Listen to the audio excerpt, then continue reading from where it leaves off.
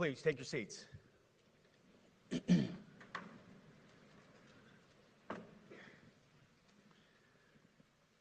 Well, Mr. Chairman, the Joint Chiefs, generals, admirals, commanders, officers, senior enlisted, NCOs, enlisted, and every member of our American military, good morning. Good morning and welcome to the War Department, because the era of the Department of Defense is over. You see, the motto of my first platoon was, "Those who long for peace must prepare for war." This is, of course, not a new idea. This crowd knows that. The origin dates to the 4th century Rome and has been repeated ever since, including by our first commander-in-chief, George Washington, the first leader of the War Department. It captures a simple yet profound truth. To ensure peace, we must prepare for war. From this moment forward, the only mission of the newly restored Department of War is this: warfighting, preparing for war and preparing to win, unrelenting and uncompromising in that pursuit. Not because we want war, no one here wants war, but it's because we love peace. We love peace for our fellow citizens. They deserve peace, and they rightfully expect us to deliver it. Our number one job, of course, is to be strong so that we can prevent war in the first place. The president talks about it all the time. It's called peace through strength. And as history teaches us, the only people who actually deserve peace are those who are willing to wage war to defend it. That's why pacifism is so naive and dangerous. It ignores human nature and it ignores human history. Either you protect your people and your sovereignty, or you will be subservient to something or someone. It's a truth as old as time. And since waging war is so costly in blood and treasure, we owe our republic a military that will win any war we choose, or any war that is thrust upon us. Should our enemies choose foolishly to challenge us, they will be crushed by the violence, precision, and ferocity of the War Department. In other words, to our enemies, F-A-F-O. If necessary, our troops can translate that for you. Another way to put it is peace through strength, brought to you by the warrior ethos. And we are restoring both. As President Trump has said, and he's right, we have the strongest, most powerful, most lethal, and most prepared military on the planet. That is true, full stop. Nobody can touch us. It's not even close. This is true largely because of the historic investments that he made in his first term, and we will continue in this term. But it's also true because of the leaders in this room and the incredible troops that you all lead. But the world, and as the chairman mentioned, our enemies get a vote. You feel it, I feel it. This is a moment of urgency, mounting urgency. Enemies gather, threats grow.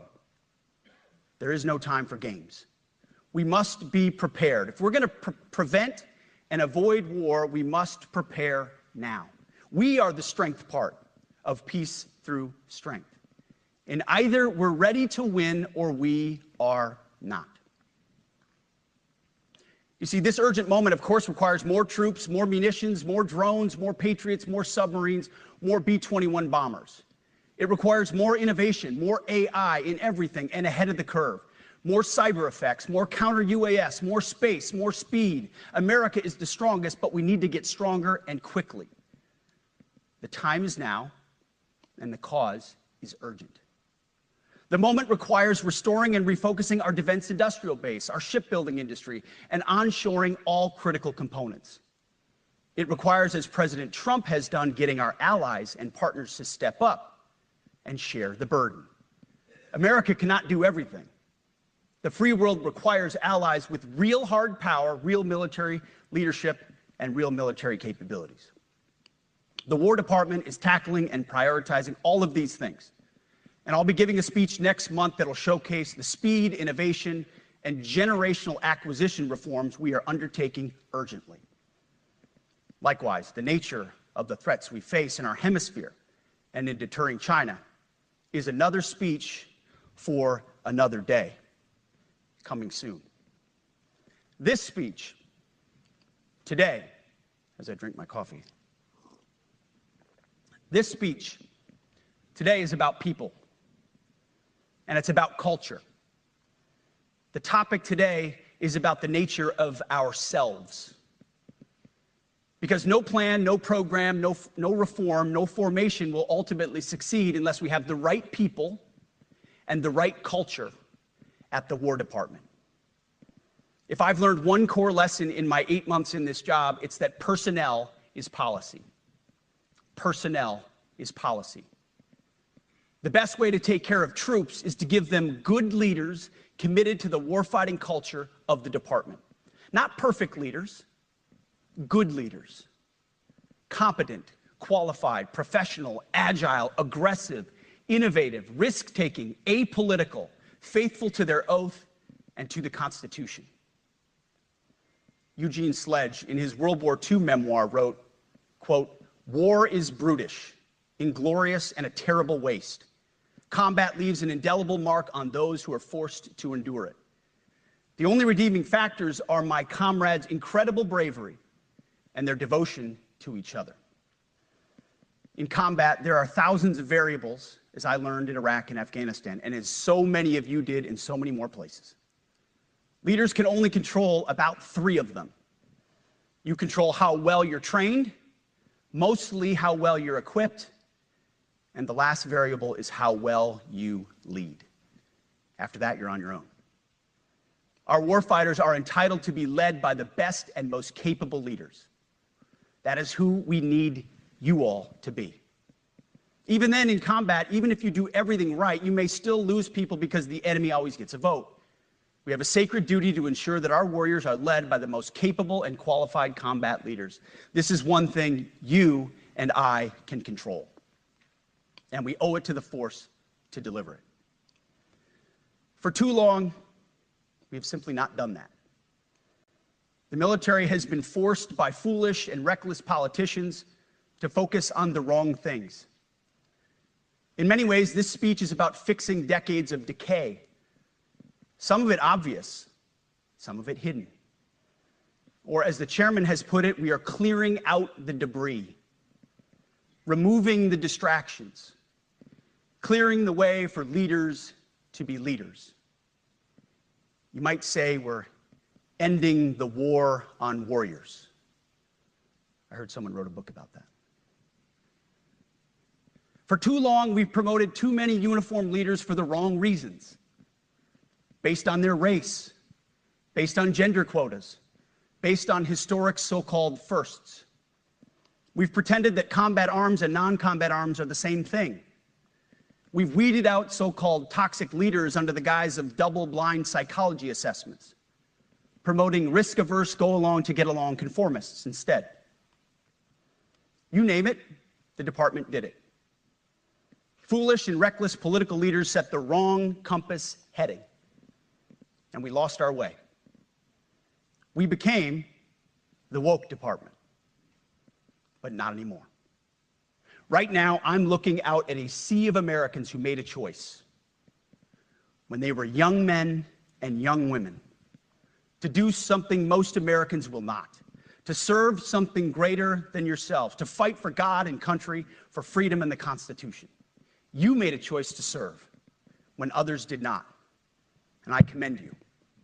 You are truly the best of America. But this does not mean, and this goes for all of us, that our path to this auditorium on this day was a straight line, or that the conditions of the formations we lead are where we want them to be. You love your country, and we love this uniform, which is why we must do better. We just have to be honest. We have to say with our mouths what we see with our eyes, to just tell it like it is in plain English, to point out the obvious things right in front of us. That's what leaders must do. We cannot go another day without directly addressing the plank in our own eye, without addressing the problems in our own commands and in our own formations. This administration has done a great deal from day one to remove the social justice, politically correct, and toxic ideological garbage that had infected our department, to rip out the politics. No more identity months, DEI offices, dudes in dresses. No more climate change worship. No more division, distraction, or gender delusions. No more debris. As I've said before, and will say again, we are done with that shit. I've made it my mission to uproot the obvious distractions that made us less capable and less lethal.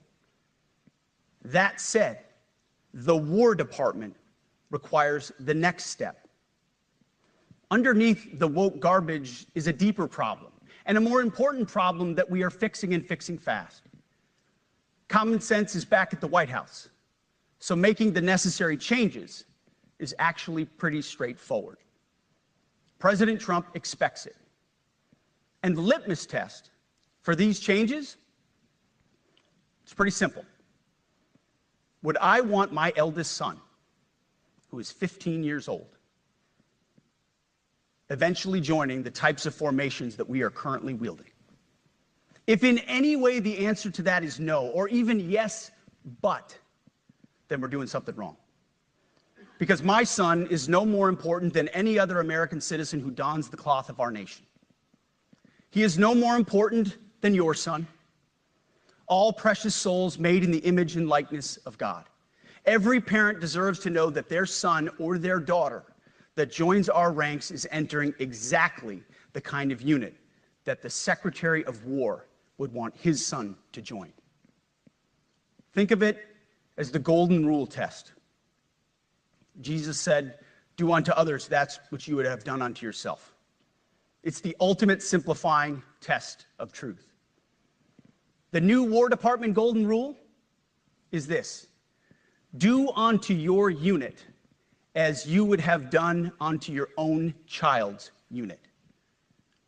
Would you want him serving with fat or unfit or undertrained troops? Or alongside people who can't meet basic standards? Or in a unit where standards were lowered so certain types of troops could make it in? In a unit where leaders were promoted for reasons other than merit, performance, and warfighting? The answer is not just no, it's hell no. This means at the War Department, first and foremost, we must restore a ruthless, dispassionate, and common sense application of standards. I don't want my son serving alongside troops who are out of shape, or in combat unit with females who can't meet the same combat arms physical standards as men, or troops who are not fully proficient on their assigned weapons, platform, or task, or under a leader who was the first, but not the best. Standards must be uniform, gender neutral, and high. If not, they're not standards. They're just suggestions. Suggestions that get our sons and daughters killed. When it comes to combat arms units, and there are many different stripes across our joint force, the era of politically correct, overly sensitive, don't hurt anyone's feelings leadership ends right now. At every level, either you can meet the standard, either you can do the job, either you are disciplined, fit, and trained, or you are out. And that's why today, at my direction, and this is the first of 10 Department of War directives that are arriving at your commands as we speak and in your inbox. Today, at my direction, each service will ensure that every requirement for every combat MOS, for every designated combat arms position, returns to the highest male standard only. Because this job is life or death. Standards must be met. And not just met, at every level, we should seek to exceed the standard, to push the envelope, to compete. It's common sense and core to who we are and what we do. It should be in our DNA. Today, at my direction, we are also adding a combat field test for combat arms units that must be executable in any environment at any time and with combat equipment. These tests, they'll look familiar. They'll resemble the Army Expert Physical Fitness Assessment or the Marine Corps Combat Fitness Test. I'm also directing that warfighters in combat jobs execute their service fitness test at a gender-neutral, age-normed male standard scored above 70%. It all starts with physical fitness and appearance. If the Secretary of War can do regular, hard PT, so can every member of our joint force. Frankly, it's tiring to look out at combat formations, or really any formation, and see fat troops. Likewise, it's completely unacceptable to see fat generals and admirals in the halls of the Pentagon and leading commands around the country and the world. It's a bad look. It is bad, and it's not who we are. So whether you're an airborne ranger or a chairborne ranger, a brand new private or a 4-star general, you need to meet the height and weight standards and pass your PT test. And as the chairman said, yes, there is no PT test. But today, at my direction, every member of the Joint Force at every rank is required to take a PT test twice a year, as well as meet height and weight requirements twice a year, every year of service. Also today, at my direction, every warrior across our Joint Force is required to do PT every duty day. Should be common sense. I mean, most units do that already, but we're codifying it. And we're not talking like hot yoga and stretching. Real hard PT, either as a unit or as an individual. At every level, from the Joint Chiefs to everyone in this room to the youngest private, leaders set the standard. And so many of you do this already. Active, Guard, and Reserve. This also means grooming standards. No more beards, long hair, superficial individual expression. We're going to cut our hair, shave our beards, and adhere to standards. Because it's like the broken windows theory of policing. It's like when you let the small stuff go, the big stuff eventually goes. So you have to address the small stuff. This is on duty, in the field, and in the rear. If you want a beard, you can join Special Forces. If not, then shave. We don't have a military full of Nordic pagans, but unfortunately, we have had leaders who either refuse to call BS and enforce standards, or leaders who felt like they were not allowed to enforce standards. Both are unacceptable. And that's why today, at my direction, the era of unprofessional appearance is over. No more beardos. The era of rampant and ridiculous shaving profiles is done. Simply put, if you do not meet the male-level physical standards for combat positions, cannot pass a PT test, or don't want to shave and look professional, it's time for a new position or a new profession. I sincerely appreciate the proactive efforts the secretaries have already taken in some of those areas, service secretaries. And these directives are intended to simply accelerate those efforts. On the topic of standards, allow me a few words to talk about toxic leaders. Upholding and demanding high standards is not toxic. Enforcing high standards, not toxic leadership. Leading warfighters toward the goals of high, gender-neutral, and uncompromising standards in order to forge a cohesive, formidable, and lethal Department of War is not toxic. It is our duty, consistent with our constitutional oath. Real toxic leadership is endangering subordinates with low standards. Real toxic leadership is promoting people based on immutable characteristics or quotas instead of based on merit. Real toxic leadership is promoting destructive ideologies that are an anathema to the Constitution and the laws of nature and nature's God, as Thomas Jefferson wrote in the Declaration of Independence. The definition of toxic has been turned upside down, and we're correcting that. That's why today, at my direction, we're undertaking a full review of the department's definitions of so-called toxic leadership, bullying, and hazing, to empower leaders to enforce standards without fear of retribution or second guessing.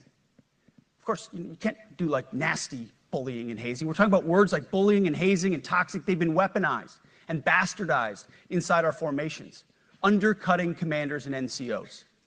No more. Setting, achieving, and maintaining high standards is what you all do. And if that makes me toxic, then so be it. Second, today at our direction, we're ensuring that every service, every unit, every schoolhouse, and every form of professional military education conduct an immediate review of their standards. Now, we've done this in many places already, but today it goes across the entire Department of War. Any place where tried and true physical standards were altered, especially since 2015 when combat arms standards were changed to ensure females could qualify, must be returned to their original standard. Other standards have been manipulated to hit racial quotas as well, which is just as unacceptable. This too must end. Merit only. The president talks about it all the time, merit-based. Here are two basic frameworks I urge you to pursue in this process. Standards I call, my staff's heard all about them, the 1990 test and the E6 test. The 1990s test is simple. What were the military standards in 1990? And if they have changed, tell me why. Was it a necessary change based on the evolving landscape of combat? Or was the change due to a softening, weakening, or gender-based pursuit of other priorities? 1990s seems to be as good a place to start as any. And the E6 test. Ask yourself, does what you're doing make the leadership, accountability, and lethality efforts of an E6, or frankly an O3, does it make it easier or more complicated? Does the change empower staff sergeants, petty officers, and tech sergeants to get back to basics? The answer should be a resounding yes. The E6 test, or O3 test, clarifies a lot, and it clarifies quickly. Because war does not care if you're a man or a woman. Neither does the enemy. Nor does the weight of your rucksack, the size of an artillery round, or the body weight of a casualty on the battlefield who must be carried. This, and I want to be very clear about this is not about preventing women from serving. We very much value the impact of female troops. Our female officers and NCOs are the absolute best in the world.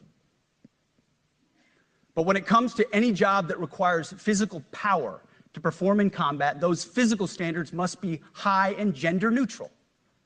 If women can make it, excellent.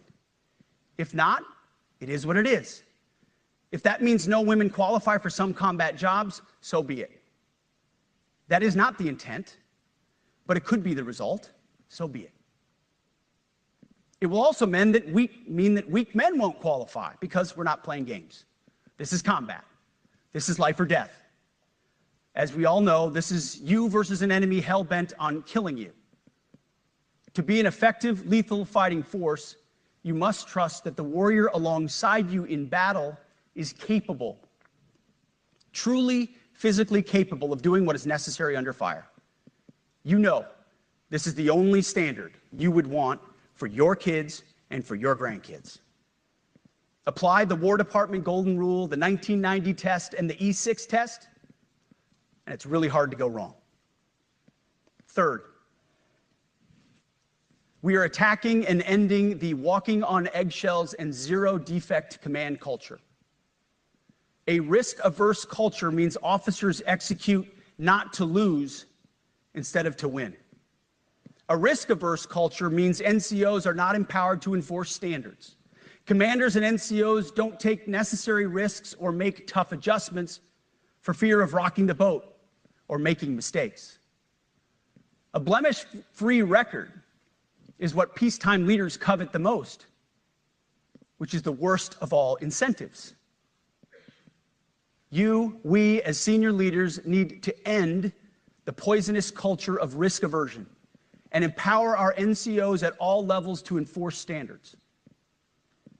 Truth be told, For the most part, we don't need new standards.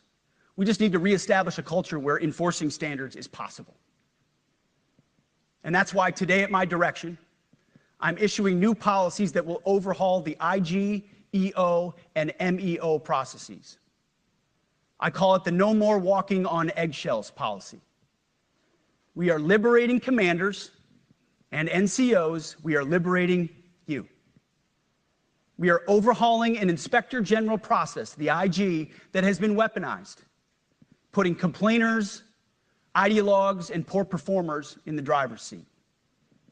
We're doing the same with the equal opportunity and military equal opportunity policies, the EO and MEO at our department.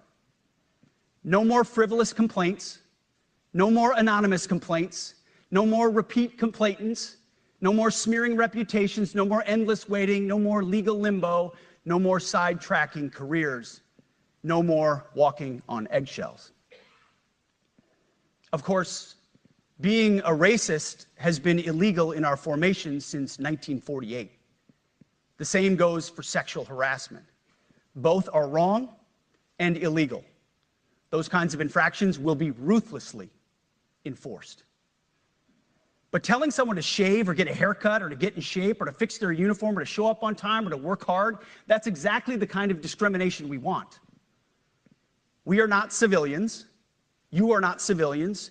You are set apart for a distinct purpose. So we, as a department, need to stop acting and thinking like civilians and get back to basics and put the power back in the hands of commanders and NCOs. Commanders and NCOs who make life and death decisions. Commanders and NCOs who enforce standards and ensure readiness. Commanders and NCOs who, in this War Department, have to look in the mirror and have to pass the golden rule test.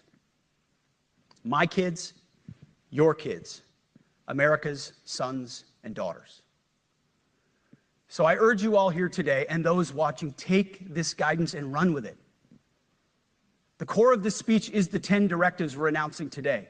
They were written for you, for Army leadership, for Navy leadership, for Marine Corps leadership, for Air Force leadership, Space Force leadership. These directives are designed to take the monkey off your back and put you, the leadership, back in the driver's seat. Move out with urgency because we have your back. I have your back. And the Commander-in-Chief has your back. And when we give you this guidance, we know mistakes will be made. It's the nature of leadership. But you should not pay for earnest mistakes for your entire career. And that's why today, at my direction, we're making changes to the retention of adverse information on personnel records that will allow leaders with forgivable, earnest, or minor infractions to not be encumbered by those infractions in perpetuity. People make honest mistakes, and our mistakes should not define an entire career. Otherwise, we only try not to make mistakes, and that's not the business we're in. We need risk takers and aggressive leaders and a culture that supports you. Fourth, at the War Department, promotions across the Joint Force will be based on one thing: merit. Colorblind, gender-neutral, merit-based. The entire promotion process, including evaluations of warfighting capabilities, is being thoroughly re-examined. We've already done a lot in this area, but more changes are coming soon. We'll promote top-performing officers and NCOs faster and get rid of poor performers more quickly. Evaluations, education, and field exercises will become real evaluations, not box checks, for every one of us at every level. These same reforms happened before World War II as well. General George Marshall and Secretary of War Henry Stimson did the same thing. And we won a world war because of it. As it happens, when he started the job, Chairman Kane gave me a frame and a photo to hang in my office. A matching frame and photo hangs in his. It's a photo of Marshall and Stimson preparing for World War II. Those two leaders famously kept the door open between their offices for the entirety of the war. They worked together, civilian and uniform, every single day. Chairman Kane and I do the same. There is no daylight between us. Our doors are always open. Our job together is to ensure our military is led by the very best, ready to answer the nation's call. Fifth, as you have seen, and the media has obsessed over, I have fired a number of senior officers since taking over. The previous chairman, other members of the Joint Chiefs, combatant commanders, and other commanders. The rationale for me has been straightforward. It's nearly impossible to change a culture with the same people who helped create or even benefited from that culture, even if that culture was created by a previous president and previous secretary. My approach has been simple. When in doubt, assess the situation, follow your gut, and if it's the best for the military, make a change. We all serve at the pleasure of the president every single day. But in many ways, it's not their fault. It's not your fault. As foolish and reckless as the woke department was, those officers were following elected political leadership. An entire generation of generals and admirals were told that they must parrot the insane fallacy that, quote, our diversity is our strength. Of course, we know our unity is our strength. They had to put out dizzying DEI and LGBTQI+ statements. They were told females and males are the same thing, or that males who think they're females are totally normal. They were told that we need a green fleet and electric tanks. They were told to kick out Americans who refuse an emergency vaccine. They followed civilian policies set by foolish and reckless political leaders. Our job, my job, has been to determine which leaders simply did what they must to answer the prerogatives of civilian leadership, and which leaders are truly invested in the woke department, and therefore incapable of embracing the War Department and executing new lawful orders. That's it. It's that simple. So for the past 8 months, we've gotten a good look under the hood of our officer corps. We've done our best to thoroughly assess the human terrain. We've had to make trade-offs and some difficult decisions. It's more of an art than a science. We have been and will continue to be judicious, but also expeditious. The new compass heading is clear. Out with the Shirellis, the McKenzies, and the Millies, and in with the Stockdales, the Schwarzkopfs, and the Pattons. More leadership changes will be made, of that I'm certain. Not because we want to, but because we must. Once again, this is life and death. The sooner we have the right people, the sooner we can advance the right policies. Personnel is policy. But I look out at this group, and I see great Americans. Leaders who have given decades to our great republic, at great sacrifice to yourselves and to your families.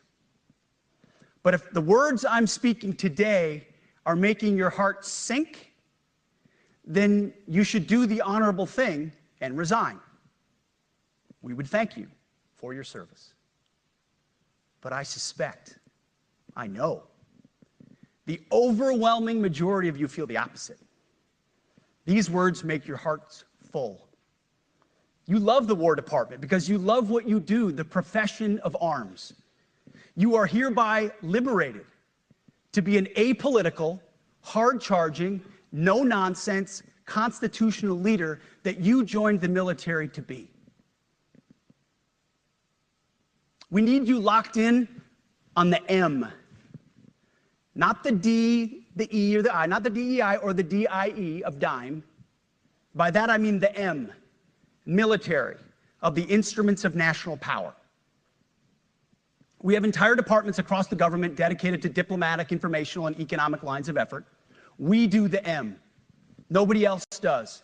And our GOFOs need to master it in every domain and every scenario. No more distractions, no more political ideologies, no more debris. Now, of course, we're going to disagree at times. We would not be Americans if we didn't. Being a leader in a large organization like ours means having frank conversations and differences of opinion. You will win some arguments, and you will lose some arguments. But when civilian leaders issue lawful orders, we execute. We are professionals in the profession of arms. Our entire constitutional system is predicated upon this understanding. Now, it seems like a small thing, but it's not. This includes as well the behavior of our troops online. To that end, I want to thank and recognize the services for their new proactive social media policies. Use them. Anonymous, online, or keyboard complaining is not worthy of a warrior. It's cowardice masquerading as conscience. Anonymous, unit-level social media pages that trash commanders, demoralize troops, and undermine unit cohesion must not be tolerated. Again, O3s, E6s. Sixth, we must train and we must maintain. Any moment that we are not training on our mission or maintaining our equipment is a moment we are less prepared for preventing or winning the next war. That is why today, at my direction, we are drastically reducing the ridiculous amount of mandatory training that individuals and units must execute. We've already ended the most egregious. Now we're giving you back real time. Less PowerPoint briefings and fewer online courses, more time in the motor pool, and more time on the range. Our job is to make sure you have the money, equipment, weapons, and parts to train and maintain, and then you take it from there. You all know this because it's common sense. The tougher and the higher the standards in our units, the higher the retention rates in those units. Warriors want to be challenged. Troops want to be tested. When you don't train and you don't maintain, you demoralize. And that's when our best people decide to take their talents to the civilian world. The leaders who created the woke department have already driven out too many hard chargers. We reverse that trend right now. There is no world in which high-intensity war exists without pain, agony, and human tragedy. We are in a dangerous line of work. You are in a dangerous line of work. We may lose good people. But let no warrior cry out from the grave, "If only I had been properly trained." We will not lose warfighters because we failed to train or equip them or resource them. Shame on us if we do. Train like your warriors' lives depend on it, because they do. To that point, basic training is being restored to what it should be: scary, tough, and disciplined. We're empowering drill sergeants to instill healthy fear in new recruits, ensuring that future warfighters are forged. Yes, they can shark attack, they can toss bunks, they can swear, and yes, they can put their hands on recruits. This does not mean they can be reckless or violate the law, but they can use tried and true methods to motivate new recruits, to make them the warriors they need to be. Back to basics at basic as well. Of course, and you know this, basic training is not where mission readiness should end. The nature of the evolving threat environment demands that everyone in every job must be ready to join the fight if needed. A core credo of the Marine Corps is every Marine a rifleman. It means that everyone, regardless of MOS, is proficient enough to engage an enemy threat at sea, in the air, or in a so-called rear area. We need to ensure that every member of our uniformed military maintains baseline proficiency in basic combat skills, especially because the next war, like the last, will likely not have a rear area. Finally, as President Trump rightly pointed out when he changed the department name, the United States has not won a major theater war since the name was changed to the Department of Defense in 1947. One conflict stands out in stark contrast: the Gulf War. Why? Well, there's a number of reasons, but it was a limited mission with overwhelming force and a clear end state. But why did we execute and win the Gulf War the way we did in 1991? There's two overwhelming reasons. One was President Ronald Reagan's military buildup gave an overwhelming advantage. And two, military and Pentagon leadership had previous formative battlefield experiences.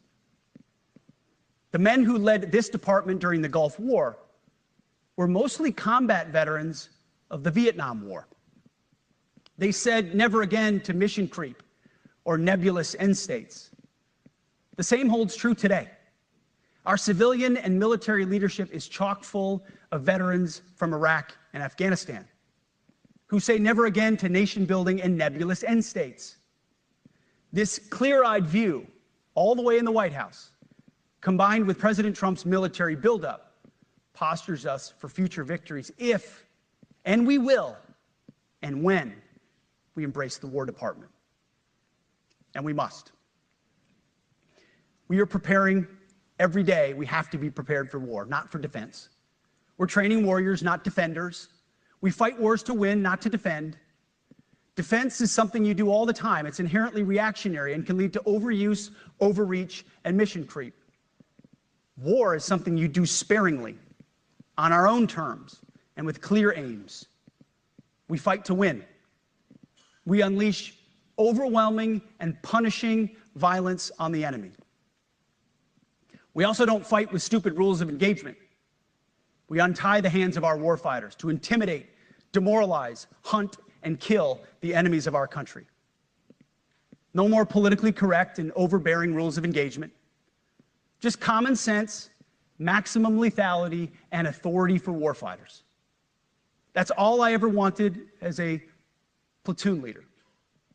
And it's all my E6 squad leaders ever wanted, back to that E6 rule. We let our leaders fight their formations, and then we have their back. It's very simple, yet incredibly powerful. A few months ago, I was at the White House when President Trump announced his Liberation Day for America's trade policy. It was a landmark day. Well, today is another Liberation Day. The liberation of America's warriors, in name, in deed, and in authorities. You kill people and break things for a living. You are not politically correct and don't necessarily belong always in polite society. We are not an army of one. We are a joint force of millions of selfless Americans. We are warriors. We are purpose-built, not for fair weather, blue skies, or calm seas. We were built to load up in the back of helicopters, 5 tons, or Zodiacs, in the dead of night, in fair weather or foul, to go to dangerous places, to find those who would do our nation harm, and deliver justice on behalf of the American people in close and brutal combat, if necessary. You are different. We fight not because we hate what's in front of us. We fight because we love what's behind us.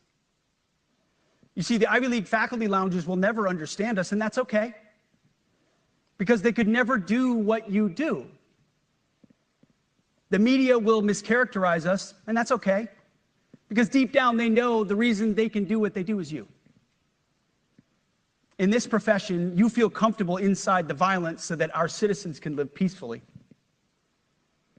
Lethality is our calling card, and victory our only acceptable end state. In closing, a few weeks ago, at our monthly Pentagon Christian prayer service, I recited a commander's prayer. It's a simple yet meaningful prayer for wisdom for commanders and leaders. I encourage you to look it up if you've never seen it.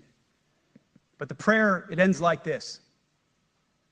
And most of all, Lord, please keep my soldiers safe. Lead them, guide them, protect them, watch over them. And as you gave all of yourself for me, help me give all of myself for them.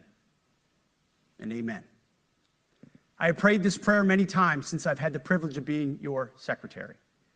And I will continue to pray this prayer for each of you as you command and lead our nation's finest. Go forth and do good things, hard things. President Trump has your back, and so do I. And you'll hear from him shortly. Move out and draw fire, because we are the War Department. Godspeed. Room, attention.